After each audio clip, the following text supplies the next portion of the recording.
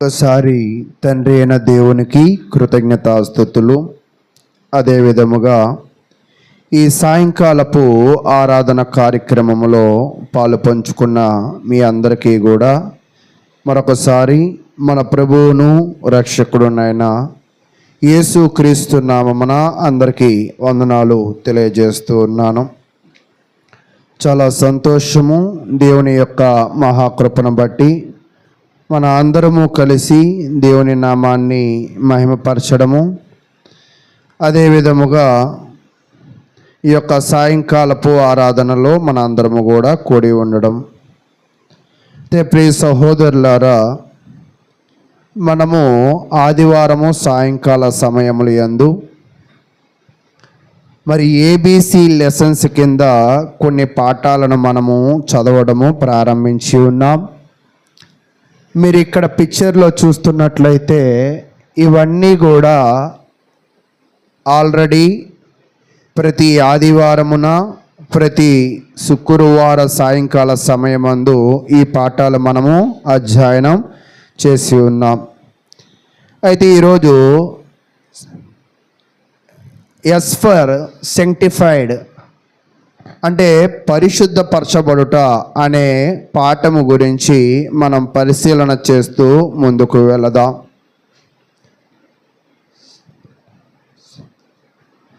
ఈ యొక్క పదానికి అర్థం ఏమిటి అంటే అంకితము చేయబడుట లేదా పరిశుద్ధ పరచబడుట, ప్రతిష్ఠిత చేయబడుట అనే అర్థముతో ఈ వచనాన్ని మనం చదువుతూ ముందుకు వెళదాం. అంకితము చేయబడము అంటే ఏమిటి?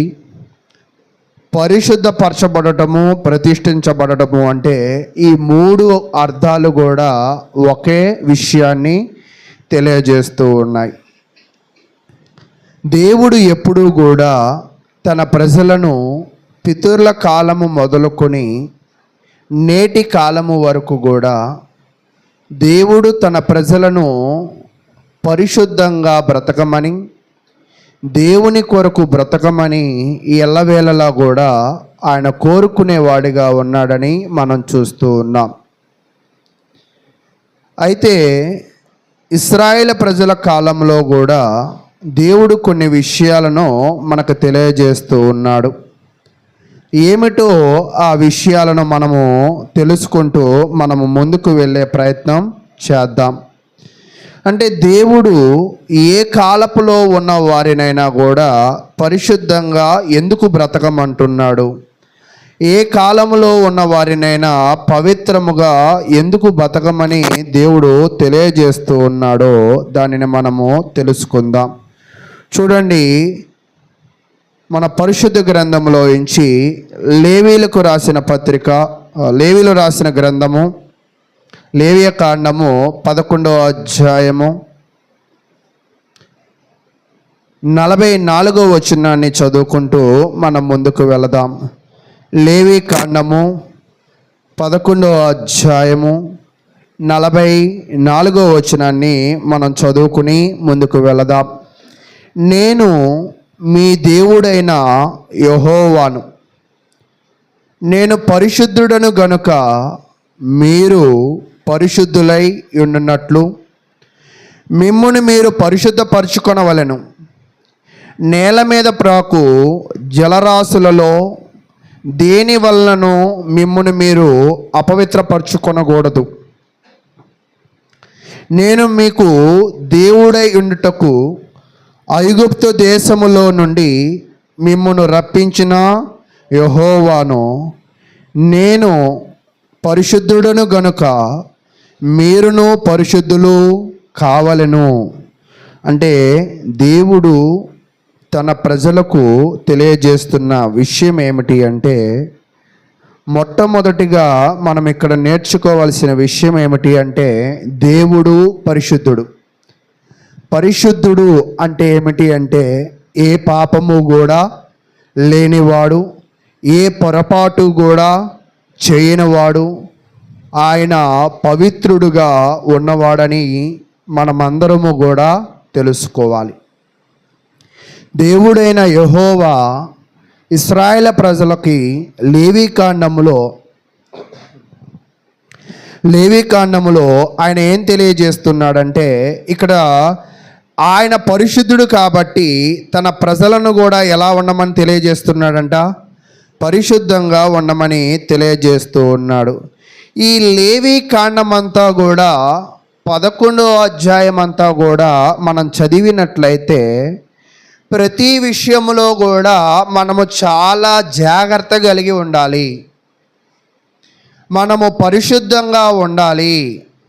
ఆ పరిశుద్ధతను కాపాడుకోవడంలో చాలా జాగ్రత్త కూడా కలిగి ఉండాలి. నీవును నేనును కూడా ఎందుకు పరిశుద్ధంగా ఉండాలి అంటే, దేవుడైన యెహోవా పరిశుద్ధుడు కాబట్టి ఆయనను సేవిస్తున్న మనము, ఆయనను నమ్ముకున్న మనము కూడా పరిశుద్ధులుగా ఉండాలి. అయితే దేవుడు ఈ పరిశుద్ధతను ఏం చెప్తూ ఉన్నాడంటే, మీరు పరిశుద్ధంగా ఉండగలిగినట్లయితేనే నాతో సహవాసము చేయడానికి అవకాశము ఉంటుంది. మీరు పరిశుద్ధంగా ఉండకపోతే నాతో సహవాసము చేసే అవకాశం మీకు లేదు. కాబట్టి మిమ్మల్ని మీరు అపవిత్రులను చేసుకోకుండా, మిమ్మల్ని మీరు అపరిశుద్ధులను చేసుకోకుండా మీరు చాలా జాగ్రత్తగా ఉండాలి. జాగ్రత్తగా ఉండే విషయంలో 5వ వచనం చెప్తూ ఉన్నాడు. చూడండి, 4 నుంచి నేను చదువుతున్నాను. నెమరు వేయ వాటిలోను 2 డెక్కల గల వాటిలోను వీటిని తినకూడదు. ఉంటే నెమరు వేయును కానీ దానికి 2 డెక్కలు లేవు గనుక అది మీకు అపవిత్రములు. పొట్టి కుందేలు నెమరు వేయును కానీ దానికి 2 డెక్కలు లేవు గనుక అది మీకు అపవిత్రములు అని తెలియజేస్తున్నాడు.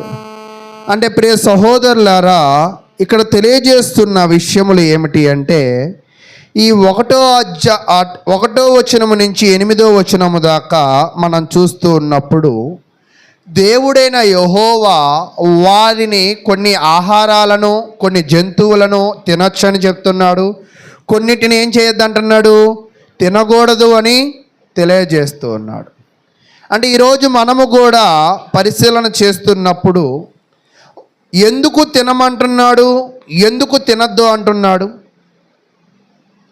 ఎందుకు తినద్దు అంటున్నాడంటే, వాటిని ఒకవేళ మీరు తినినట్లయితే, వాటిని మీరు తీసుకున్నట్లయితే మీరు కూడా ఏమైపోతారంట, అపవిత్రులైపోతారు.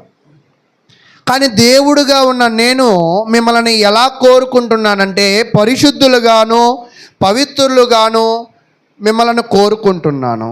మీరు పరిశుద్ధులుగా పవిత్రులుగా ఉండాలి అంటే కొన్ని ఆహార పదార్థాలను తినకూడదు, కొన్నిటిని మీరు ముట్టుకోకూడదు కూడా. 8వ వచనం చదువుదాం. 8వ వచనాన్ని, వాటి మాంసముని మీరు తినకూడదు, మనము తినకూడదు, కొన్నిటిని మనం ఏం చేయకూడదు, ముట్టకూడదు.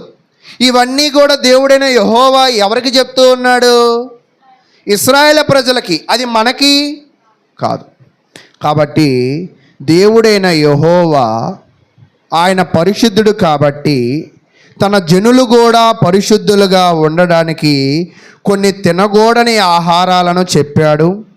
ఏవి తినచ్చు అంటున్నాడంటే, ఎద్దు, గొర్రె, మేక వీటిని తినచ్చు అని చెప్తున్నాడు. ఏవి తినకూడదు అని చెప్తున్నాడంటే, ఒంటె, పంది తినకూడదు అని ఇశ్రాయేలు ప్రజలకైతే తెలియజెప్తూ ఉన్నాడు. కొన్నిటిని మనం ఏం చేయకూడదంటే వాటిని ముట్టకూడదు కూడా అని అయితే తెలియజేస్తున్నట్లుగా మనం చూస్తూ ఉన్నాం. అలాగే మనం ఇంకొంచెం ముందుకు వెళ్ళినట్లయితే ఇంకొన్ని విషయాలను మనం నేర్చుకుందాం. 11వ వచనం, లేవీకాండము 11వ అధ్యాయము 11వ వచనం. అవి మీకు హేయములుగానే ఉండవలెను, వాటి మాంసమును తినకూడదు, వాటి కళేబరములను హేయములుగా ఎంచుకొనవలెను. అంటే దేవుడైన యెహోవా తన ప్రజలను మీరు పరిశుద్ధంగా ఉండాలంటే ఈ జంతువులను తినకూడదు, వీటి చనిపోయిన శరీరాలను ముట్టకూడదు, వాటిని మీరు ఏం చేయాలంటే హేయముగా వాటిని మనము అసహ్యించుకోవాలి అని ఇశ్రాయేలు ప్రజలకు దేవుడు తెలియజేస్తున్నట్లుగా మనం చూస్తూ ఉన్నాం. కాబట్టి ప్రియ సహోదరులారా, ఇక్కడ మనము చూస్తూ ఉన్నప్పుడు దేవుడు తన ప్రజల విషయంలో చాలా జాగ్రత్తగా కొన్ని ఇన్స్ట్రక్షన్స్ అంటే కొన్ని హెచ్చరికలను వాళ్ళకి తెలియజేశాడు. ఎందుకు ఆ హెచ్చరికలను తెలియజేశారు అంటే, ఒకవేళ వాటిని తింటే మీరు అపవిత్రులు అవుతారు, వాటిని ముట్టితే మీరు అపరిశుద్ధులు అవుతారు. మీరు ఒకవేళ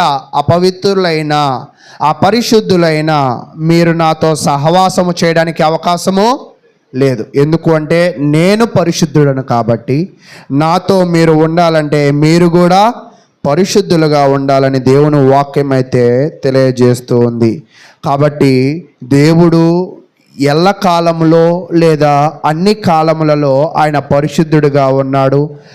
ఆయనను నమ్ముకున్న మనము కూడా ఎప్పుడు కూడా పరిశుద్ధంగా ఉండాలి, పరిశుద్ధమైన జీవితాన్ని మనమైతే కోరుకోవాలని దేవుని వాక్యం అయితే తెలియజేస్తూ ఉంది.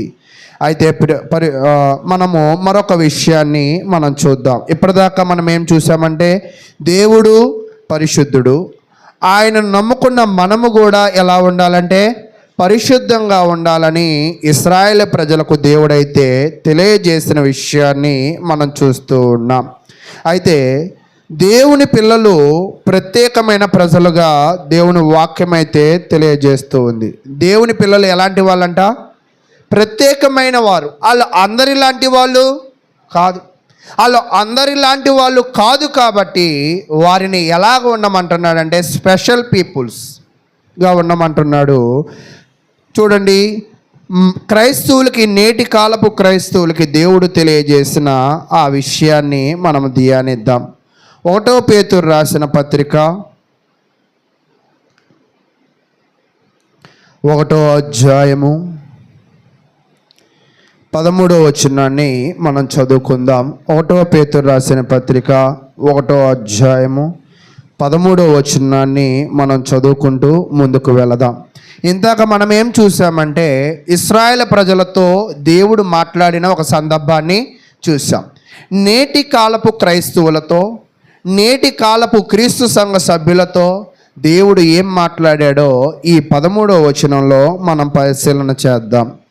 కాబట్టి మీ మనసు నడుము కట్టుకొని నిబ్బరమైన బుద్ధి గలవారై యేసు క్రీస్తు ప్రత్యక్షమైనప్పుడు మీకు తేబడు కృప విషయమై సంపూర్ణ నిరీక్షణ కలిగి ఉండుడి.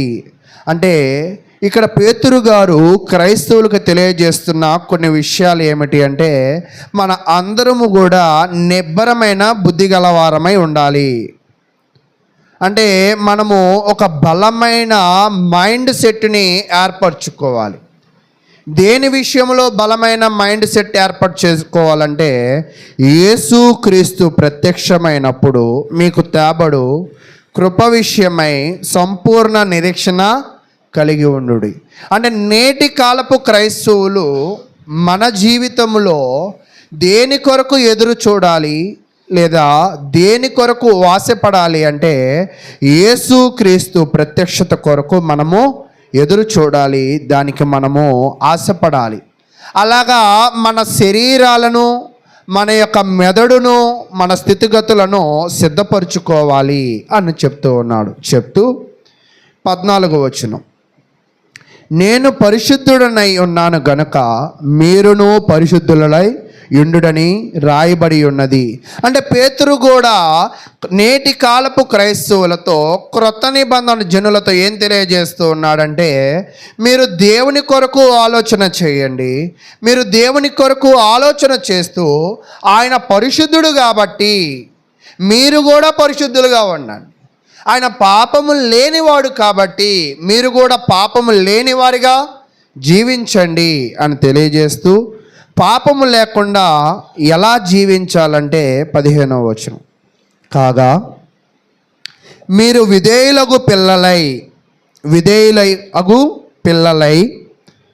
అంటే విధేయత అంటే ఇంతక లేవి కాండంలో దేవుడు మోషే ద్వారా ఆ ప్రజలకు ఏమి తినమన్నాడంటే గొర్రె మేకను తినమన్నాడు. ఏమి వద్దన్నాడంటే పంది ఒంటెలను వద్దన్నాడు. మరి కొంతమంది జనులు లేచి లేదు నాకు పందంటే ఇష్టం, నాకు ఒంటంటే ఇష్టం అని తింటే వారిని విధేయులు అంటారా అవిధేయులు అంటారా? అవిధేయులు అంటారు. ఇక్కడ దేవుడు కూడా ఏం చెప్తున్నాడంటే కాగా మీరు విధేయులై పిల్లలై, మన అందరము కూడా దేవుని విషయంలో ఆయన మాటలు వినే పిల్లలుగా దేవుడు కోరుకుంటున్నాడు. ప్రతి తల్లిదండ్రులు వాళ్ళ బిడ్డలను ఆయన మాటలు వినాలని ఎలా కోరుకుంటాడో దేవుడు కూడా తన ప్రజలను ఆయన మాటలు వినాలని, ఆయన మాటలు వినిన వాళ్ళని దేవుడు ఏం పిలుస్తున్నాడంట? విధేయులైనట్లుగా పిలుస్తూ ఉన్నాడు. విధేయులకు పిల్లలై మీరు పూర్వపు అజ్ఞాన దశలో మీకుండిన ఆశలు అనుసరించి ప్రవర్తింపక, మీరు దేవునికి విధేయులైతే, మీరు దేవుని పిల్లలైతే గతములో చేసిన పొరపాట్లు మీరు చేయరు, గతములో చేసిన పాపాలు మీరు చేయరు, గతములో ఉన్న తప్పిదములను మీరు అనుసరించకుండా మీ ఆశలను అనుసరించరంట. పైన ఏం చెప్పాడంటే మీ ఆశ అంతా కూడా ఎవరి మీద పెట్టుకోమన్నాడు? దేవుని మీద పెట్టుకోమన్నాడు. కింద ఏం చెప్తున్నాడంట? మీరు దేవుని ప్రజలైతే మీ ఆశ దేవుని మీద ఉంటుంది, మీరు దేవుని ప్రజలు కాకపోతే మీ ఆశలు దేని మీద ఉంటాయంటే పాపపు జీవితము మీద, ఈ లోకపు పాపముల మీద మీ జీవితాలు ఉంటాయి. పోయిన వారం కూడా ఒక వచనాన్ని చెప్పాను. ఈ లోక స్నేహము ఎవరితో వైరం అంట? దేవునితో వైరం. కాబట్టి క్రైస్తవులమైన మనము ఎవరితో స్నేహం చేయాలంట? దేవునితో స్నేహం చేయాలి. మనము దేవునితో స్నేహము చేయాలంటే దేవుడు పరిశుద్ధుడు అని తెలుసుకోవాలి. ఆయన పరిశుద్ధుడు అని నీకు అర్థమైతే నీవు కూడా ఎలా ఉండాలా? పరిశుద్ధుడిగా ఉండాలి. నీవు పరిశుద్ధుడిగా ఉండాలంటే ఆయన అన్ని మాటలకు ఎలా ఉండాలంట? విధేయుడివై పిల్లల వలె ఉండాలంట. పిల్లలు చెప్పిన మాట చెప్పినట్లుగా వినే పిల్లలు ఎలా ఉంటారో దేవుని ప్రజలు కూడా అలా వినాలి అని తెలియజేస్తూ 16వ వచనం, మిమ్మును పిలిచిన వాడు పరిశుద్ధుడై ఉన్న ప్రకారము మీరును సమస్త ప్రవర్తన యందు పరిశుద్ధులై యుండుడి. చాలామంది కూడా మంచితనము అనేది కొన్ని స్థలాలలోనే కనపరుస్తూ ఉంటారు. మంచి స్వభావాలు, మంచి మాటలు కొన్ని స్థలాలలోనే ప్రవర్తిస్తూ ఉంటారు. కానీ దేవుడు తన ప్రజల నుంచి ఏమని పిలుస్తూ ఉన్నాడంటే సువార్త ద్వారా నేను పరిశుద్ధుడిగా ఉన్న ప్రకారము, క్రీస్తు ప్రభు పరిశుద్ధుడిగా ఉన్న ప్రకారము మీరును కూడా ఎలా ఉండాలంట? పరిశుద్ధులుగా ఉండాలి. ఆ పరిశుద్ధమైన ప్రవర్తన ఎన్ని విషయములలో ఉండాలంటే సమస్త ప్రవర్తన యందు, అంటే మీ జీవితాల అన్నిట్లో కూడా ఎలాగ ఉండాలంటే పరిశుద్ధతగా ఉండాలని దేవుని వాక్యము తెలియజేస్తుంది. కాబట్టి మనము విధేయులమైతే దేవుని కోరికను, దేవుని ఆశలను కలిగి ఉంటాం. అప్పుడు పరిశుద్ధులము అవుతాం. మనము ఏమవ్వాలంట? దేవునికి విధేయులమైతే, దేవుని పిల్లలమైతే మనము పరిశుద్ధులుగా ఉంటాం. మనము దేవుని మాట వినని అవిధేయులమైతే, మన కోరికలను నెరవేర్చేవారిగా ఉంటే మనం ఏమవుతామంటే అపరిశుద్ధులము అవుతాం. కాబట్టి మనము పరిశుద్ధులం అవ్వాలంటే దేవుడికి విధేయత చూపించాలి. మనము పరిశుద్ధులం అవ్వాలంటే దేవుని ఆశలను నెరవేర్చాలి. మన ఆశలన్నీ కూడా దేవుని మీదే నిర్మించుకోవాలని ఈ వాక్యాన్ని బట్టి మనము నేర్చుకోవాలి. కాబట్టి ప్రియ సహోదరులారా, మిమ్మును పిలిచిన వాడు అంటే దేవుడు వాక్యము ద్వారా మిమ్మల్ని పిలిచిన దేవుడు పరిశుద్ధుడు అనే విషయాన్ని పదే పదే ఈ యొక్క పరిశుద్ధ గ్రంథాలు తెలియజేస్తూ ఉన్నాయి. కాబట్టి దేవుడు పరిశుద్ధుడు కాబట్టి మనము కూడా పరిశుద్ధుడుగా ఉండాలి. దేవుడు పాపము లేనివాడు కాబట్టి మనము కూడా పాపము లేనివారిగా ఉండాలి. దేవుడు లోపము లేనివాడు కాబట్టి మనము కూడా లోపము లేనివారిగా ఉండాలని ఈ వాక్యంలో మనమైతే నేర్చుకోవాల్సిన వారమై ఉన్నాం. తర్వాత మరొక విషయాన్ని మనం చూద్దాం. ఇప్పటిదాకా దేవుడు పరిశుద్ధుడు అనే విషయాన్ని నేర్చుకున్నాం కదా. దానిలో మనము పరిశుద్ధులుగా ఉంటే, దేవునితో మనము స్నేహము చేస్తే, దేవునికి విధేయులుగా ఉంటే, దేవుడు పాత నిబంధన కాలంలో ఏమన్నాడంటే, నిర్గమాకాండము 19వ అధ్యాయము 5వ వచనం. నిర్గమాకాండము 19వ అధ్యాయము 5వ వచనం నుంచి 6వ వచనం దాకా నేను చదువుతూ ఉన్నాను. నిర్గమాకాండము 19వ అధ్యాయం 5. కాగా మీరు నా మాట శ్రద్ధగా వినిన వాడు ఏమవుతాడు? విధేయుడా అవిధేయుడా? విధేయుడు. శ్రద్ధగా విని నా నిబంధనను అనుసరించి నడిచిన ఎడల, అంటే వినడం మాత్రమే కాదు, చాలామంది వాక్యాలు వింటారు కానీ అందరూ కూడా ఏం చేయలేరంట? అనుసరించలేరు. కానీ దేవుడి యొక్క కోరిక ఏమిటి అంటే, మీరు వినాలి, దానిని మీరు ఏం చేయాలి? అనుసరించాలి. అనుసరించి నడిచిన ఎడల మీరు సమస్త దేశ జనులలో నాకు స్వకీయ సంపాద్యమగుదురు. సమస్త భూమియు నాదే కదా. మీరు నాకు యాజక రూపమైన రాజ్యముగాను పరిశుద్ధమైన జనముగాను ఉందురని చెప్పుము. నువ్వు ఇశ్రాయేలులతో పలకవలసిన మాటలు ఇవే అని చెప్పగా, అంటే మోషే వెళ్ళి ఇశ్రాయేల్ ప్రజలతో ఏం చెప్తున్నాడంటే, దేవుడు పరిశుద్ధుడు, మీరు పరిశుద్ధుడుగా ఉండండి. మీరు పరిశుద్ధులు కావాలంటే మీరేం చేయాలంటే దేవుని మాట వినాలి, దానిని మీరు ఏం చేయాలంట? అనుసరించాలి. ఒకవేళ మీరు విని అనుసరించినట్లయితే మీరు దేవుని యొక్క జనులవుతారు, మీరు దేవుని యొక్క స్వకీయ సంపాదమవుతారు అని దేవుని వాక్యం అయితే తెలియజేస్తుంది. కాబట్టి ప్రియ సహోదరులారా, ఈరోజు చాలామంది ఏమనుకుంటారంటే, ప్రార్థనకి వెళ్ళిన ప్రతి ఒక్కళ్ళు కూడా దేవుని ప్రజలు అనుకుంటూ ఉంటారు. బైబిల్ పట్టుకున్న ప్రతి ఒక్కళ్ళు కూడా దేవుని ప్రజలని అని అనుకుంటారు. కానీ దేవుడు ఏమంటున్నారంటే, దేవుని ప్రజలుగా మనం అవ్వాలంటే పరిశుద్ధులుగా ఉండాలి, విధేయులుగా ఉండాలి, అనుసరించేవారుగా ఉండాలి, క్రీస్తు కొరకు ఎదురు చూసేవారిగా ఉండాలి అని చెప్తున్నాడు. కాబట్టి నిర్గమాకాండములో మనమైతే చూసాం. మరి క్రొత్త నిబంధనలో కూడా మరి ఆయన మాట వినిన వారిని దేవుడు ఏమంటున్నాడో చూద్దాం. 1వ పేతురు రాసిన పత్రిక 2వ అధ్యాయము 1వ పేతురు రాసిన పత్రిక 2వ అధ్యాయము 9వ వచనాన్ని నేను చదువుతూ ఉన్నాను. అయితే మీరు చీకటిలో నుండి, 1వ పేతురు రాసిన పత్రిక 2వ అధ్యాయము 9వ వచనం. అయితే మీరు చీకటిలో నుండి ఆశ్చర్యకరమైన తన వెలుగులోనికి మిమ్మును పిలిచిన వాని గుణాతిశయములు ప్రచురము చేయి నిమిత్తము. పైన ఏమన్నాడంటే, నిర్గమాకాండములో దేవుని మాటలు వినాలి, దేవుని మాటలను అనుసరించాలి. అప్పుడు మనం ఏమవుతామంటే దేవుని ప్రజలం అవుతాము, పరిశుద్ధులం అవుతాము అన్నాడు కదా. కానీ క్రొత్త నిబంధనలో ఏమంటున్నాడంటే, ఆయన గుణాతిశయములను ప్రచురము చేయి నిమిత్తము ఏర్పరచబడిన వంశమును, రాజులైన యాజక సమూహమును, పరిశుద్ధ జనమును, దేవుని సొత్తైన ప్రజలై ఉన్నారు.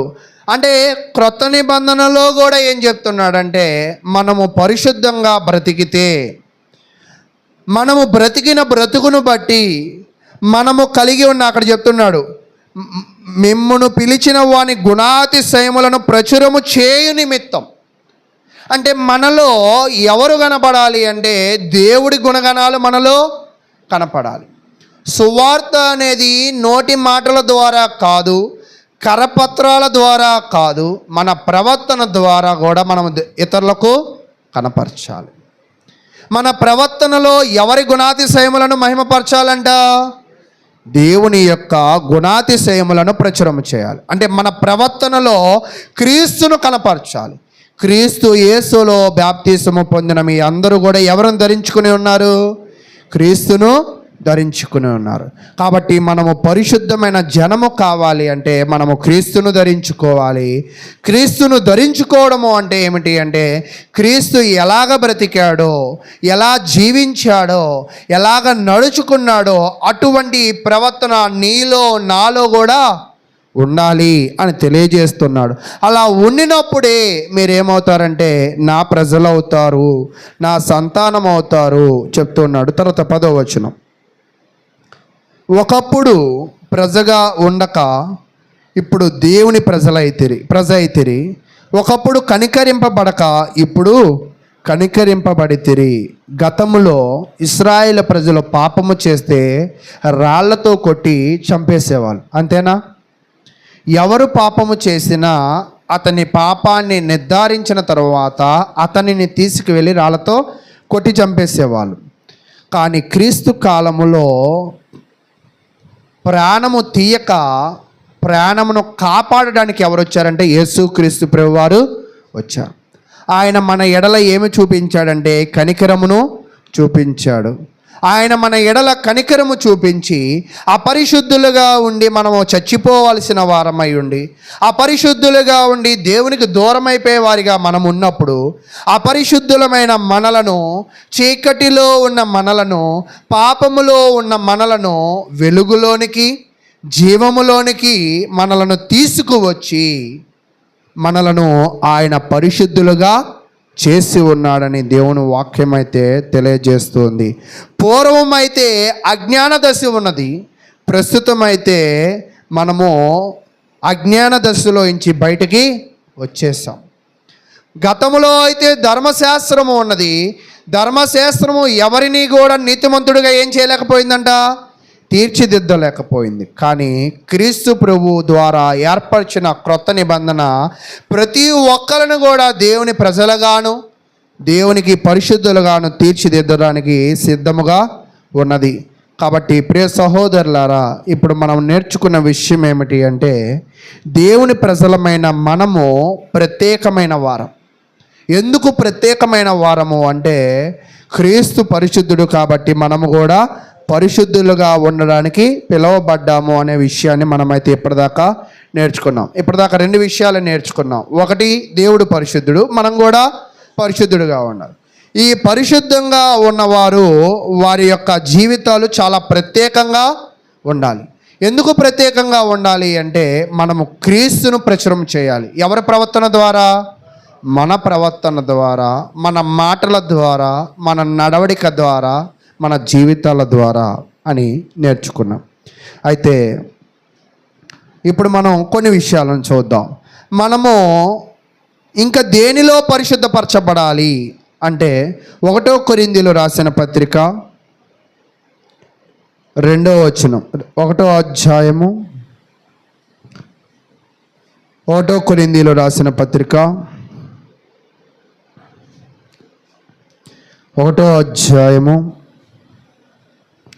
2వ వచనాన్ని నేను తెలియజేస్తూ ఉన్నాను. 1 కొరింథీయులు రాసిన పత్రిక 1వ అధ్యాయం 2వ వచనం, కొరింథీలోనున్న దేవుని సంఘమునకు అనగా క్రీస్తు యేసునందు పరిశుద్ధపరచబడిన వారై పరిశుద్ధులుగా ఉండుటకు పిలువబడిన వారికిని మనకును ప్రభువుగా ఉన్న మన ప్రభువు అయిన యేసు క్రీస్తు నామమున ప్రతి స్థలములో ప్రార్థించు వారు అందరికీ శుభమని చెప్పి రాయినది. ఇక్కడ మనకు తెలియజేస్తున్న విషయం ఏమిటి అంటే ఇప్పటిదాకా పరిశుద్ధులు అని చూసాం కదా. ఈ పరిశుద్ధులు అందరూ కూడా కలిసి ఉండాలంట. దేనిలో కలిసి ఉండాలంటే అక్కడ చెప్తున్నాడు కొరింథీలోనున్న దేవుని సంఘమునకు. అంటే సంఘము ఈజ్ ఈక్వల్ టు అంటే ఏమిటంటే పరిశుద్ధులు అని అర్థం. అంటే సంఘములో ఉన్న వాళ్ళందరూ కూడా ఎలా జీవించాలంట? పరిశుద్ధులుగా జీవించాలి. ఈ పరిశుద్ధులుగా జీవిస్తున్న వారందరికీ కూడా ప్రభువు ఎవరంట అక్కడ చెప్తున్నాడు, వారికిని మనకును ప్రభువుగా ఉన్న. అంటే చాలామంది ఒక ప్రశ్న వేస్తూ ఉంటారు, యేసుక్రీస్తు మనకి దేవుడేనా, యేసుక్రీస్తు దేవుడేనా అని అడుగుతూ ఉంటారు. కానీ ఇక్కడ ఏం చెప్తున్నాడంటే వారికిని మనకును ప్రభువుగా ఉన్న మన ప్రభువైన యేసు క్రీస్తు నామమున. అక్కడ ప్రభువు అనే పదానికి లార్డ్ అనే ఇంగ్లీష్ పదము వాడాడు. గ్రీకు పదము కురియాస్ అనే ఒక పదాన్ని వాడాడు. దానికి అర్థం ఏమిటి అంటే దేవుడు. అంటే యేసు క్రీస్తు ఎవరికి దేవుడు అంటే పరిశుద్ధులకు దేవుడు. అంటే క్రీస్తు సంఘములో ఉన్న వారందరికీ, సంఘముగా పరిశుద్ధంగా కూర్చున్న నీకును నాకును మనకి యేసుక్రీస్తు ఏమై ఉన్నాడంటే దేవుడై ఉన్నాడు. ఆయన దేవుడై, ఆయన పరిశుద్ధుడిగా ఉండి, ఆయన మనకి మాదిరిగా ఉండి, ఆయనను ధరించుకున్న మన అందరము కూడా ఆయనను వెంబడించే శిష్యులుగా ఉండాలనే మనకి ఏమి పేరు వచ్చిందంటే క్రైస్తవులమనే ఒక పేరు వచ్చింది. క్రైస్తవ్యము అంటే మీరు బాగా అర్థం చేసుకోవాలి. పరిశుద్ధులుగా ఉండాలి, విధేయులుగా ఉండాలి, సంఘముగా ఉండాలి, క్రీస్తును ధరించుకునేవారిగా ఉండాలి, క్రీస్తును దేవుడుగా ఒప్పుకునేవారిగా కూడా ఉండాలని తెలియజేస్తూ ఉన్నాను. కాబట్టి ప్రియ సహోదరులారా, ఈరోజు మన అందరము కూడా సంఘములో వచ్చి కూర్చుంటున్నామంటే కూర్చున్నాము, నేర్చుకుంటున్నామంటే నేర్చుకున్నామని కాదు, కానీ సంఘానికి వచ్చే మన అందరము కూడా మరి దేవుడు కోరుకునే పరిశుద్ధతను, దేవుడు కోరుకునే విధేయతను, దేవుడు కోరుకునే ప్రచురించే స్వభావాన్ని మన అందరము కూడా కలిగి ఉండాలని తెలియజేస్తూ ఉన్నాను. అదే కొరింథీయులు రాసిన పత్రిక 3వ అధ్యాయం, 1 కొరింథీయులు రాసిన పత్రిక 3వ అధ్యాయము 1 నుంచి 3 వచనాలు. సహోదరులారా, ఆత్మ సంబంధులైన మనుషులతో మాట్లాడినట్టు నేను మీతో మాట్లాడలేకపోతిని. శరీర సంబంధులైన మనుషులే అనియు క్రీస్తునందు పసిబిడ్డలే అనియు మీతో మాట్లాడవలసి వచ్చెను. అంటే సంఘములో ఉండవలసి ఉన్నవారు దేనిలో అభివృద్ధి పడాలి, ఏ స్వభావం కలిగి ఉండాలంటే శరీర సంబంధమైన స్వభావాలు మనము కలిగి ఉండకూడదు. మన అందరము కూడా ఆత్మ సంబంధమైన స్వభావాలను కలిగి ఉండాలి. నీవు ఆత్మ సంబంధమైన స్వభావం కలిగి ఉంటే దేవుని సేవకుడుగా చెప్పుచున్న వ్యక్తి చెప్పుచున్న ఆత్మ సంబంధమైన విషయాలు నీకు త్వరగా అర్థమవుతాయి. మీకు నేను బాగా ఒక విషయాన్ని చెప్తాను. మేము చదువుకునే రోజుల్లో అంటే 2008-9లో మాకు 10th క్లాస్లో 9th క్లాస్లో 10th క్లాస్ సిలబస్ చెప్పేసేవాళ్ళు. ఎందుకంటారు? ఏ స్కూల్లో అయితే 10thలో ఎవ్వరు ఫెయిల్ అవ్వరో ఆ స్కూల్ టాప్. అందుకే కొన్ని స్కూళ్ళు ఏం చేసేవంటే 10thలో ఎవ్వరు ఫెయిల్ అవ్వకూడదని 9thలో కూడా ఏ పాఠాలు చెప్పేసేవాళ్ళు? 10th పాఠాలు చెప్పేవాళ్ళు.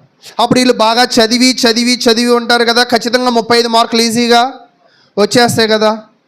అంటే ఇక్కడ నేనేం చెప్పాలనుకుంటున్నానంటే పదే చదివితే ఎలా పాస్ అవుతామో, దేవుని మాటలను సేవకుని ద్వారా రాబడుతున్న హెచ్చరికలను నువ్వు పదే వినడం వల్ల, విని గ్రహించడం ద్వారా, గ్రహించి నడుచుకోవడం వల్ల నువ్వేమవుతావంటే పరిశుద్ధుడు అవుతావు, ఆత్మ సంబంధమైన వ్యక్తివి కూడా అవుతావు. నేను ఎందుకు ప్రార్థనకి రావాలి, నేను ఎందుకు వాక్యము వినాలి అంటే నువ్వు పరిశుద్ధుడు అవ్వాలంటే ప్రార్థనకి రావాలి, ఆత్మ సంబంధమైన వ్యక్తివి కావాలంటే దేవుని వాక్యమును పదే వినాలి అని తెలియజేస్తూ, తర్వాత సేవకుడు చెప్పుచున్న ప్రసంగాలు నీకు బాగా అర్థం కావాలి అంటే ఆ పరిశుద్ధత నీలో ఉండాలి, ఆ ఆత్మ సంబంధమైన జీవితము నీకు ఉండాలి. కొంతమంది చూడండి, వంకరగా మాట్లాడే మాటలు వంకరగా ఉన్న వాళ్ళకి బాగా అర్థమవుతాయి. నిజమా కాదా? అలాగే దైవ సంబంధమైన మాటలు కూడా మనకు అర్థం కావాలంటే దైవ సంబంధమైన మనసు మనము కలిగి ఉండాలి. కింద చెప్తూ ఉన్నాడు 2వ వచనం, అప్పటిలో మీకు బలము చాలకపోయినందున పాలతో మిమ్మును పెంచి తిని కానీ అన్నముతో మిమ్మును పెంచలేదు. అంటే పౌలు గారు ఏం చెప్తున్నాడంటే సంఘములో పరిశుద్ధులు ఉండాలి, కానీ మీరు అంత పరిశుద్ధంగా లేరు, పవిత్రంగా లేరు, దేవుడికి విధేయులుగా లేరు, ఆత్మ సంబంధంగా లేరు, శరీర స్వభావంతోనే మీరు ఉన్నారు. శరీర స్వభావంతో మీరు ఉన్నారు, సంఘానికి వస్తున్నారు, కాబట్టి మీరు పసిబిడ్డలే. మీరు ఎలాంటి వాళ్ళంట? పసిబిడ్డలే. పసిబిడ్డలే కాబట్టి అంత బలమైన విషయాలు నేను మీకు బోధించట్లేదు.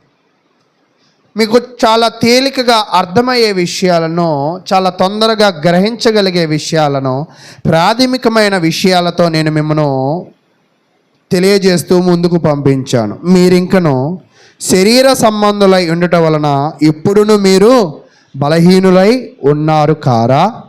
కాబట్టి సంఘానికి వచ్చేవాళ్ళు పరిశుద్ధులుగా ఉండాలి, ఆత్మ సంబంధమైన వ్యక్తులుగా ఉండాలి.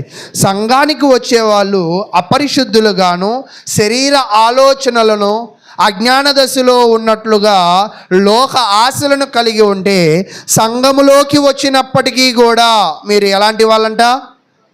బలహీనులే. బలహీనులు బలమైన ఆహారాన్ని గ్రహించలేరు, జీర్ణించుకోలేరు. తర్వాత ఎందుకు అంటే మీలో అసూయ కలహమును ఉండగా మీరు శరీర సంబంధులై మనిషి రీతిగా నడుచుకున్నవారు కారా? కాబట్టి ప్రియ సహోదరులారా, ఈరోజు సంఘానికి ఏదో ఆదివారం ఆరాధనకు వస్తున్నామంటే అలా రావడం దేవుడు నీ నుంచి కోరుకోవట్లేదు. శరీర సంబంధమైన రీతిగా రావడం దేవుడు కోరుకోవట్లేదు. నామకార్థంగా రావడం కోరుకోవట్లేదు. అపరిశుద్ధతగా రావడం కోరుకోవట్లేదు. ఇర్రెగ్యులర్గా రావడం దేవుడు కోరుకోవట్లేదు. దేవుడు కోరుకునేది ఏమిటంటే, చెప్పండి నాతో పాటు, పరిశుద్ధంగా ఉండాలని, విధేయుడిగా ఉండాలని, అనుసరించే వారిగా ఉండాలని, ఆత్మ సంబంధమైన వారిగా ఉండాలని దేవుడు మన నుంచి అయితే కోరుకుంటూ ఉన్నాడు. కాబట్టి ఇప్పటిదాకా చెప్పిన విషయాలు మీకు అర్థమయ్యాయని నేను ఆశిస్తూ ఉన్నాను. అదే విషయాన్ని చెప్తూ ఉన్నాడు. చూడండి, 1 కొరింథీయులు రాసిన పత్రిక 6వ అధ్యాయము 11వ వచనం. 1 కొరింథీ 6వ అధ్యాయం 11వ వచనం. మీలో కొందరు అట్టివారై ఉంటిరి కానీ ప్రభువైన యేసుక్రీస్తు నామమును మన దేవుని ఆత్మ యందు మీరు కడుగబడి పరిశుద్ధపరచబడిన వారై నీతిమంతులుగా తీర్చబడితిరి. అంటే దేవుడు సువార్త ద్వారా నిన్ను పిలిచాడు. దేవుడు పరిశుద్ధుడుగా నిన్ను పిలిచాడు. దేవుడు విధేయుడుగా నిన్ను పిలిచాడు.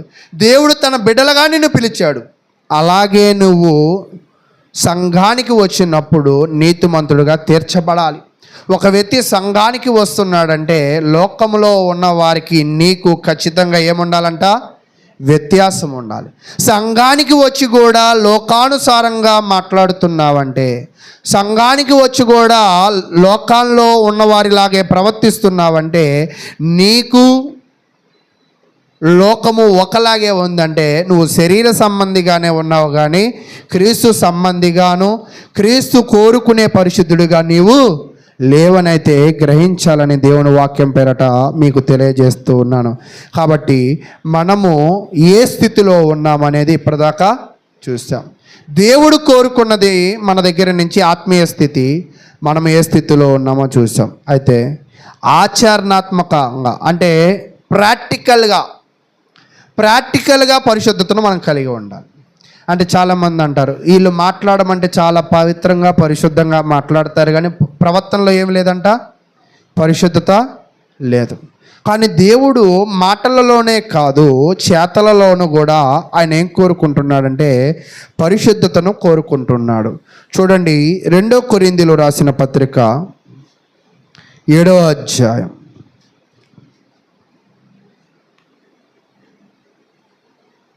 2 కొరింథీయులు రాసిన పత్రిక 7వ అధ్యాయము 1వ వచనం. ప్రియులారా, మనకు ఈ వాగ్దానములు ఉన్నవి గనుక దేవుని భయముతో పరిశుద్ధతను సంపూర్తి చేసుకొనుచు. అంటే సంఘానికి వచ్చేవాళ్ళు, సంఘములో వాక్యమును వింటున్న వాళ్ళు, సంఘములో వాక్యము విని అనుసరించే వాళ్ళు ఏమి కలిగి ఉండాలంటే దేవుని భయమును కలిగి ఉండాలి. ఎవరైతే దేవుని భయమును కలిగి ఉంటారో వాళ్ళు పరిశుద్ధతను సంపూర్తి చేసుకుంటారంట. అంటే ఈరోజు నువ్వు పరిశుద్ధుడిగా జీవించాలంటే నువ్వు దేవుడంటే ఏమవ్వాలంట? భయపడాలి. ఎవరైతే దేవునికి భయపడగలుగుతారో వాళ్ళు పరిశుద్ధతలో ముందుకు వెళ్ళగలుగుతారు. వాళ్ళు పరిశుద్ధలో పరిపూర్ణులు కూడా కలగలుగుతారు. ఎవరైతే దేవుడు అంటే భయం లేదో, సంఘం అంటే లెక్క లేదో, సహవాసం అంటే విలువ లేదో వాళ్ళు ఎప్పటికీ కూడా పరిశుద్ధులు కాలేరు. తర్వాత చెప్తున్నాడు, శరీరమునకు ఆత్మనకును కలిగిన సమస్త కల్ముషము నుండి మనలను పవిత్రులనుగా చేసుకొందాం. ఎవరైతే దేవుని భయము ఉంటుందో వారి శరీరాలతో పాపము చేయరు.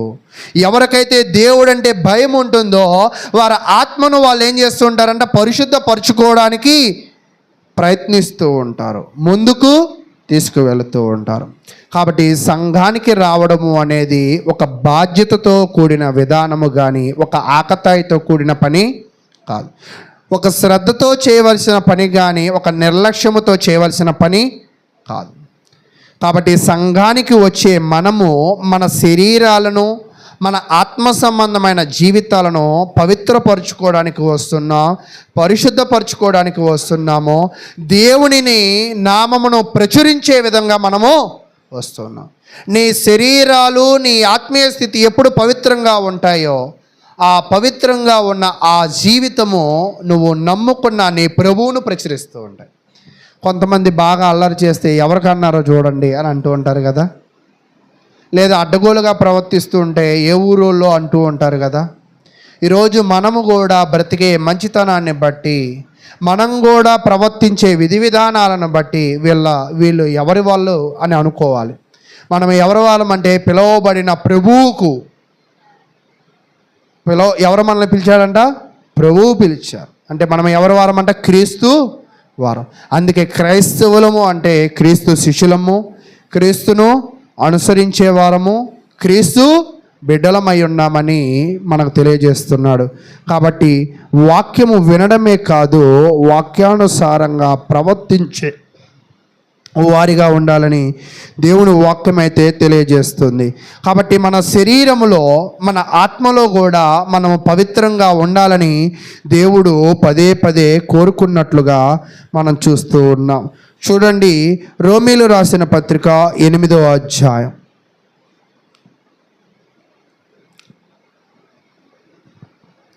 రోమీలు రాసిన పత్రిక 8వ అధ్యాయము 12వ వచనం నుంచి నేను చదువుతున్నాను. కాబట్టి సహోదరులారా, శరీరానుసారముగా ప్రవర్తించుటకు మనము శరీరమునకు రుణస్థులము కాం. నువ్వు శరీరానుసారమైన ఆశలు కలిగి ఉంటే, శరీరానుసారమైన నడవడిక కలిగి ఉంటే నువ్వు శరీరానుసారమైన వ్యక్తి అవుతావు. అయితే శరీరానుసారంగా బ్రతకడానికి మనం శరీరానికి రుణస్థులము కాదు. మనం ఎవరికి రుణస్థలం అంటే కింద చెప్తున్నాడు, మీరు శరీరానుసారంగా ప్రవర్తించిన ఎడల చావవలసిన వారై ఉందరు కానీ ఆత్మచేత శరీర క్రియలను చంపిన ఎడల. అంటే మన శరీర క్రియలను దేనితో చంపచ్చంట? ఆత్మతో చంపచ్చు. ఈ ఆత్మ ఇప్పుడు బలంగా ఉండాలా బలహీనంగా ఉండాలా? అంటే ఆత్మీయంగా బలంగా ఉంటే శారీరక బలహీనతలను మనం ఏం చేయొచ్చంట? మీరు ఒక యోసేపును చూడండి, ఒక దావీదును చూడండి, ఒక పౌలు గారిని చూడండి, ఒక అబ్రహామును చూడండి.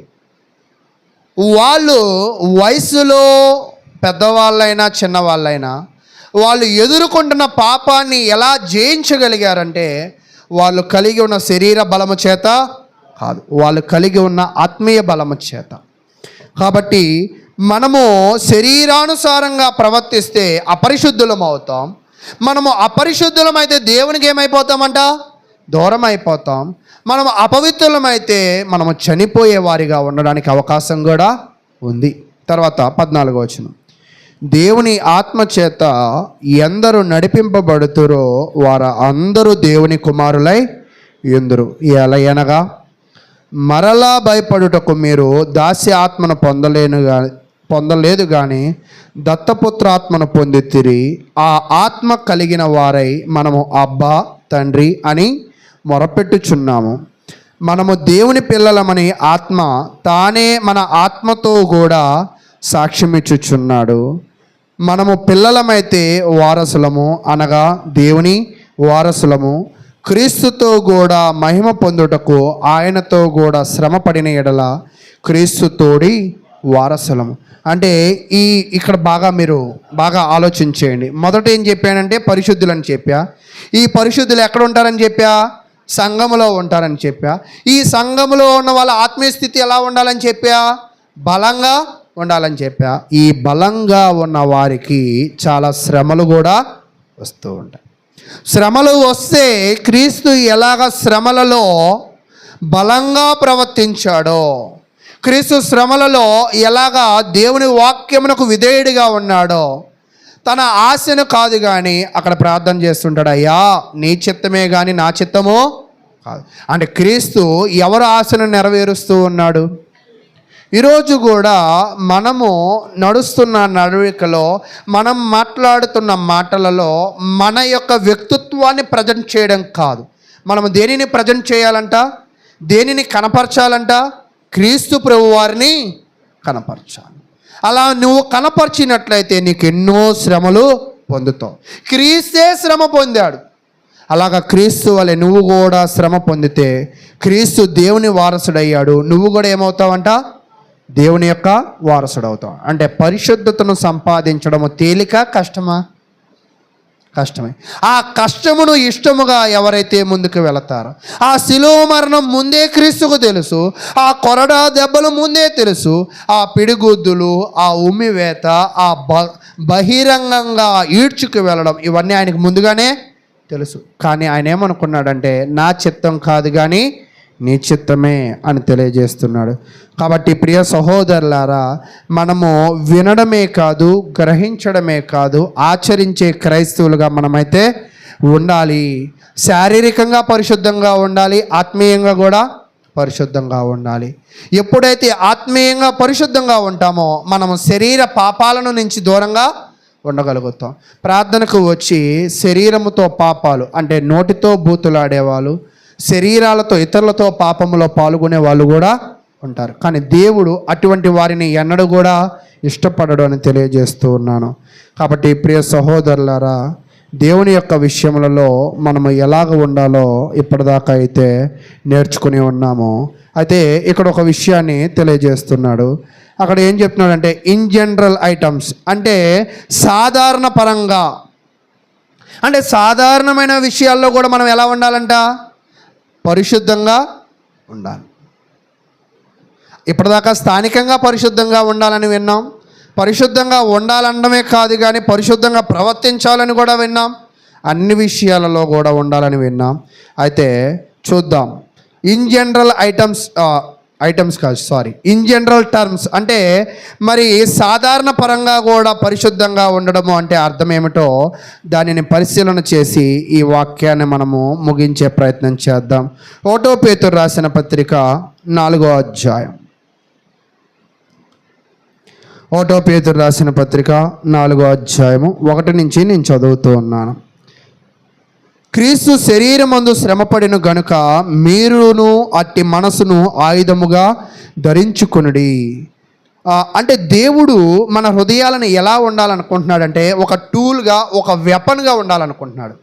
ఒక టూలు, ఒక వెపన్ ఏం చేసిద్ది అంటే శత్రువులను ఓడించిద్ది, మనలను ధైర్యముగా ఉంచిద్ది, పనిలో అది ఏమైద్దంట? ఉపయోగపడిద్ది. అట్టి మనసును ఆయుధముగా ధరించుడి. అంతేనా? ఆయుధం ఎప్పుడు కూడా మనల్ని ఏం చేసిద్దంటే కాపాడిద్ది. అయితే ఎలాంటి హృదయం మనం కలిగి ఉండాలంట? లోక సంబంధమైన హృదయమో కాదు. మనం ఎలాంటి హృదయం అంట?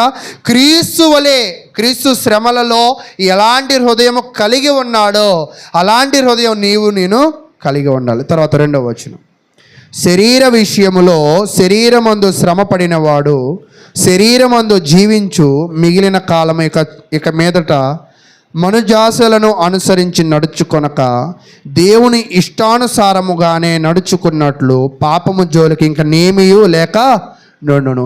ఎవరైతే క్రీస్తు హృదయమును కలిగి ఉంటారో, క్రీస్తు హృదయము అనే ఆయుధాన్ని కలిగి ఉంటారో వాళ్ళు పాపము జోలికి పోరు. అప్పుడు అడగచ్చు, పాపం అంటే ఏమిటండి, మాకు అర్థం కావట్లేదు అనొచ్చు. అప్పుడు 3వ వచనం చెప్తున్నాడు, మనము పోకిరి చేష్టలు, దురాశలు, మద్యపానము, అల్లరితో కూడిన ఆటపాటలు, త్రాగుబోతుల విందులు, చేయదగని విగ్రహ పూజలు మొదలైన వాటి యందు నడుచుకొనుచు అన్యజనుల ఇష్టమును నెరవేర్చుటకు గతించిన కాలమే చాలు. కాబట్టి పరిశుద్ధంగా ఎందుకు పిలిచాడు, సంఘముగా ఎందుకు పిలిచాడు, క్రీస్తుని ఎందుకు ధరించుకోమన్నాడంటే వీటిని అనుసరించడానికి కాదు. ఈరోజు నీకు కూడా డ్యాన్స్ బాగా వచ్చు, ఒక్కోసారి డమ్ములు కొడితే కాళ్ళు ఊగుతూ ఉంటాయి, ఇంకా ఊగడం ఆగాల. అందరూ గ్లాసులు పట్టుకుంటే ఆ గ్లాసులు పట్టుకోవడం అంటే ఏ గ్లాసుల గురించి మాట్లాడుతున్నానో మీకు అర్థమవుతుంది. అంటే మద్యము తాగే గ్లాసుల గురించి, త్రాగుబోతు విందులు చిందుల గురించి, వాటిలో పరిశుద్ధులుగా ఉన్న మనము, దేవుడు పరిశుద్ధుడు, మనము పరిశుద్ధులు మనకు గుర్తెరిగి అవి మన కంటి ముందు ఉన్నా, అవి మనలను ప్రేరేపిస్తున్నా, మనము క్రీస్తు హృదయము అనే ఒక వెపన్ను కలిగి ఉండాలి. ఆ వెపను అవతల వాటిని నాశనం చేసిది, మనలను ఏం చేసిది? కాపాడి అవతల వారిని నాశనం చేసి మనలను స్థిరపరిచింది. కాబట్టి తర్వాత చెప్తున్న 4వ వచనం, అపరిమితమైన దుర్వ్యాపారమందు తమతో కూడా మీరు పరిగెత్తకపోయినందుకు వారు ఆశ్చర్యపడుచు మిమ్మును దూషించుచున్నారు. అంటే సంపాదించే విషయంలో, ప్రవర్తించే విషయంలో, విందుల విషయంలో, నడుచుకునే విషయంలో, వీటన్నిటిలో కూడా మనం ఎలాగ ఉండాలంటే స్పెషల్ పీపుల్స్. మన అందరం కూడా ఎవరంట? స్పెషల్. అంటే అందరిలాంటి వాళ్ళం కాదు. కాబట్టి సాధారణపరమైన విషయాల్లో కూడా మనం ప్రత్యేకంగా ఉండాలి. కాబట్టి ఇంకొక విషయం ఏమిటి అంటే, మనం ప్రత్యేకంగా ఉండాలంటే నిర్దిష్టమైన మార్గాలను ఎన్నుకోవాలి. అందరిలాగే వెళ్ళిపోకూడదు. మనమంటూ ఒక ప్రత్యేకమైన మార్గమును, ఒక స్పెషల్ వేని మనము చూసుకోవాలి. ఈ వచనాన్ని చూసి ఇంకా నేను వాక్యాన్ని అయితే ముగిస్తాను. చూడండి, 1వ దశలోనికి రాసిన పత్రిక 4వ అధ్యాయము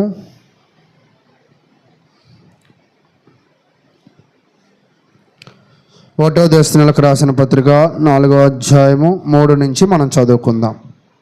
మీరు పరిశుద్ధులగుటయే మీరు జారత్వమునకు దూరముగా ఉండుటయే దేవుని చిత్తం. అంటే దేవుని చిత్తం ఏమిటి అంటే ఇన్ స్పెషల్ వే, అంటే ఒక ప్రత్యేకమైన మార్గము ఏమిటి అంటే అందరూ పోవలసిన మార్గంలో నువ్వు పోకూడదు. నువ్వు ఒక ప్రత్యేకమైన మార్గం. ఏంటి ఆ ప్రత్యేకమైన మార్గం అంటే మీరు పరిశుద్ధులుగా ఉండాలి. నువ్వు పరిశుద్ధులుగా ఉండాలంటే దేనిని విడిచిపెట్టాలంట? జారత్వమును విడిచిపెట్టాలి. నువ్వు పరిశుద్ధుడిగా ఉండడం ఎవరి చిత్తమంట? దేవుని చిత్తం. నువ్వు జారత్వమును విడిచిపెట్టడం ఎవరి చిత్తమంట? దేవుని చిత్తం. లోకానికి దూరంగా ఉండడం ఎవరి చిత్తమంట? దేవుని చిత్తం. ఈరోజు నువ్వు నీకు లోకానికి దూరం ఉందా, దగ్గరగా ఉన్నావా? తర్వాత చూద్దాం. మీలో ప్రతివాడును దేవుని ఎరుగని అన్ని జనుల వలె కామాభిలాషి యందు. ఎవరైతే దేవుణ్ణి తెలుసుకుంటారో, ఎవరైతే దేవుడు పరిశుద్ధుడు, మనము పరిశుద్ధులుగా ఉండాలి, మనము ప్రత్యేకమైన జనాలము, దేవుడు మనకు ప్రత్యేకమైన మార్గమును, ప్రత్యేకమైన వ్యక్తిత్వమును, ఆత్మ సంబంధంగా మనము ఎదగాలి అని ఎవరైతే అనుకుంటారో వాళ్ళు ఏ పాపం చేయరు. ఎవరికైతే ఇది అర్థం కాదో, దేవుని ఎరుగని ఎవరంటండి? అంటే దేవుని దగ్గరికి వచ్చి కూడా దేవుని ఎరగని వారు ఉన్నారు. దేవుడి దగ్గరికి వచ్చి కూడా దేవుని విషయాలను అర్థం చేసుకునే వాళ్ళు ఉన్నారు. అలాంటి వాళ్ళు ఏం చేస్తారంటే అన్యజనుల వలె కామాభిలాషి యందు, అంటే పాపముల విషయంలో. ఇక్కడ చెప్తున్నాడు అక్కడ పరిశుద్ధత అనే దాని గురించి, అంటే ఈ పరిశుద్ధతను సంపాదించడంలో చెప్తూ ఉన్నాడు. పరిశుద్ధత యందును ఘనత యందును తన ఘట్టమును ఎట్లు కాపాడుకొనవలెనో అది ఎరుగి ఉండటయే దేవుని చిత్తం. మనం ఏం చేయాలంటే దేవుణ్ణి ఎరిగిన వారమైతే పరిశుద్ధులుగా ఉంటాం. దేవుణ్ణి ఎరిగిన వారమైతే పాపానికి దూరంగా ఉంటాం. దేవుని ఎరిగిన వారమైతే దేవుని చిత్తం ఏంటో తెలుసుకుంటాం. దేవుని ఎరిగిన వారమైతే అన్యుల వలె నడుచుకోం. దేవునిని ఎరిగిన వారమైతే పరిశుద్ధతను కాపాడుకోవడంలో ఏం చేస్తామంట?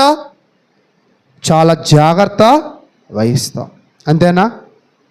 కాబట్టి ప్రియ సహోదరులారా, ఈరోజు దేవుడు మిమ్మల్ని పిలిచింది దానికి గల కారణం ఏమిటి అంటే మీరు దేవుని చిత్తాన్ని తెలుసుకుని పరిశుద్ధతను కాపాడుకోవాలి. కాబట్టి ఈరోజు మన పాఠము కూడా ఏమిటంటే పరిశుద్ధత, అంకిత భావం. అంటే ఎవరైతే పరిశుద్ధంగా ఉంటారో వాళ్ళు దేవునికి అంకితాభావముతో జీవిస్తున్నారని అర్థమవుతుంది. తర్వాత 6వ వచనం, ఈ విషయం అందు ఎవడును అతిక్రమించి తన సహోదరునికి మోసము చేయకుండా వలెను. ఎందుకనగా మేము పూర్వం మీతో చెప్పి సాక్ష్యం ఇచ్చిన ప్రకారము ప్రభు వీటన్నిటి విషయమై ప్రతిదండన చేయవాడు. ఒకవేళ నువ్వు పాపములో ఉంటే, నువ్వు శరీర సంబంధంగా ఉంటే, నువ్వు సంఘానికి వచ్చి దేవుని ఇంకా తెలుసుకోకపోతే, నీ ప్రవర్తనను నువ్వు మార్చుకోకపోతే దేవుడు ఏం చేస్తాడంట? ఖచ్చితంగా ప్రతిదండన అంటే శిక్ష ఖచ్చితంగా మనకి విధించేవాడిగా ఉంటాడని తెలియజేస్తూ 7వ వచనం, పరిశుద్ధులుగా ఉండుటకే దేవుడు మనలను పిలిచెను కానీ అపవిత్రులుగా ఉండుటకు పిలవలేదు. కాబట్టి ఉపేక్షించువాడు మనిషిని ఉపేక్షింపడు కానీ మీకు తన పరిశుద్ధాత్మను అనుగ్రహించిన దేవునినే ఉపేక్షించుచున్నాడు. అంటే నువ్వు దూరంగా మనిషిని పెడుతున్నావు, మనిషి మాటలను పెడుతున్నావు అనుకుంటున్నామేమో. నువ్వు దూరంగా పెట్టేది ఎవరినంట? దేవుణ్ణి, దేవుని పరిశుద్ధతను, దేవుని యొక్క జ్ఞానమును. నువ్వు దేవుని పరిశుద్ధతను, దేవుని చిత్తమును, దేవుని జ్ఞానాన్ని దూరంగా పెడితే నీకు దగ్గరగా ఏముంటాయో తెలుసా? పాపము, లోకము, అపరిశుద్ధత నీకు దగ్గరగా ఉంటుంది. నువ్వు శిక్షింపబడతావని తెలియజేస్తూ మరి మన అందరము కూడా పరిశుద్ధంగా ఉండాలని కోరుకుంటూ మరి కలిగి ఉన్న సమయాన్ని బట్టి మరి నేను వాక్యాన్ని ముగిస్తూ ఉన్నాను.